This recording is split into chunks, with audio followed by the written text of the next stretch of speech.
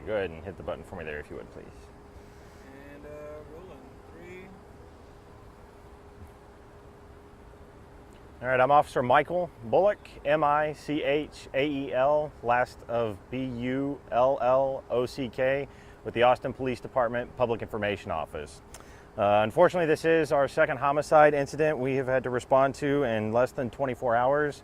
This particular incident occurred at 8:39 p.m. this evening and came out as a shoot-stab hotshot call here near the intersection of 12th and Red River Street behind me. We had received multiple 911 calls about a male who was running in the roadway who was covered in blood. And as officers were responding to the scene, additional information was received that the male had potentially been stabbed. Once officers did arrive on scene, they did locate the male, who had to appear to have suffered significant trauma to his body. Officers immediately began providing medical care to the male until Austin Travis County EMS was able to arrive on scene and take over that care and then transport the individual to a local area hospital. Unfortunately, the male victim was pronounced deceased at a local hospital. At this point in time, our investigation is underway and we are working to determine what occurred here tonight. But at this point in time, we do not have anybody in custody, and as of right now, I don't have any suspect information that I'm going to be able to put out. As we don't have anybody in custody, we are encouraging the public, please do be aware of your surroundings, and if you see something suspicious, please call us and give us the opportunity to try and come and investigate.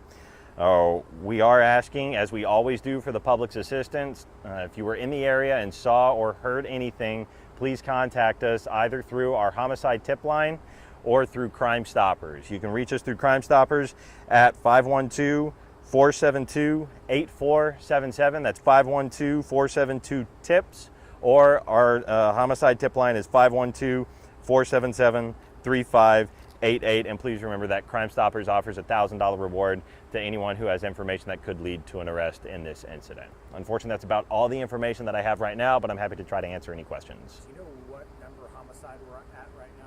I believe we are currently investigating, it's either homicide number 41 or 42. Are we ahead of pace where we were last year, behind? It's kind of hard to tell because sometimes when we go into certain parts of the year, we'll see an increase. Summertime can be a period where we see more homicides occur. I believe we're about on pace with where we were at this time last year. So. Do you know if there's any homeless camps in the area here? Have y'all had any issues like this in this area before, or calls to this area specifically near the park? Specific to homelessness, I'm not sure if we've had, any calls like homicide-related incidents for that in this immediate area. It's Austin, we've had a lot of incidents related to homelessness that have occurred citywide, not just specific to this area. As far as all the specific camps that may be nearby, I couldn't tell you how many would be right in this immediate area. Just off that, are you seeing more incidents in homeless camps here in Austin? My experience, we still have a significant number of incidents that do occur inside of homeless camps, yes, sir. Could you tell me how big the crime scene is at this moment? Right now, the crime scene is fairly large. It's about a city block, extending out towards Sabine Street and up north, just because the individual was walking in the roadway, and so trying to determine where all they came from and where they were walking. We're going to canvass the area as much as we can. So we cordon off a pretty large area to make sure we can gather as much evidence as is possible. Are there any traffic cameras?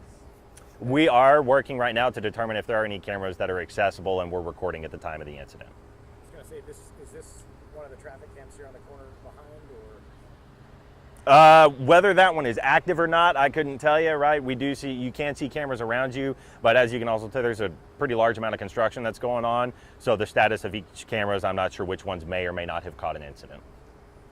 As far as, I know this comes up a lot, but just the shortage of officers, detectives, where are y'all on maybe clearing? Are there enough detectives to work the number of homicides we've seen in the last 24 hours?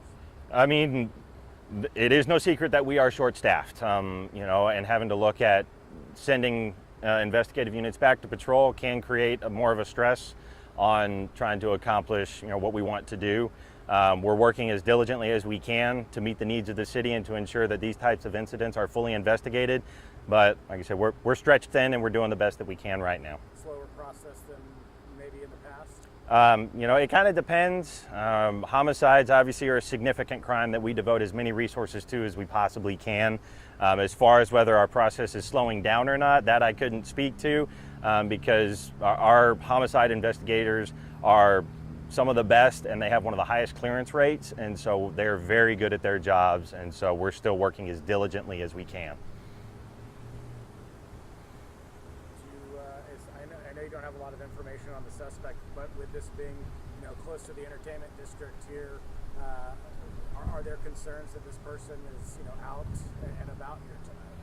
It's always concerning to us when we have a potential suspect involved in a crime of this magnitude that is not in our custody. So that's why I couldn't tell you whether this was an isolated incident or not, exactly what all happened. That's why unfortunately right now, all we can tell people is to be aware of your surroundings. If something seems off, don't hesitate to call us. We will do our best to come and investigate what we can.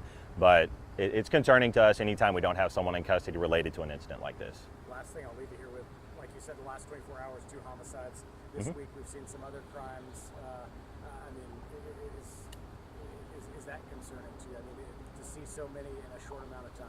Absolutely. Anytime we have an uptick in violent crime, it is concerning to us. You know, that's the highest priority calls that we have.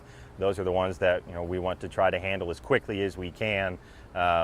You know, but again, a lot of it comes down to resources and the bandwidth of officers, and the fewer officers that we have, you know, kind of stretches what all we're able to manage. Anything else? All right, y'all. I appreciate it. Thank you.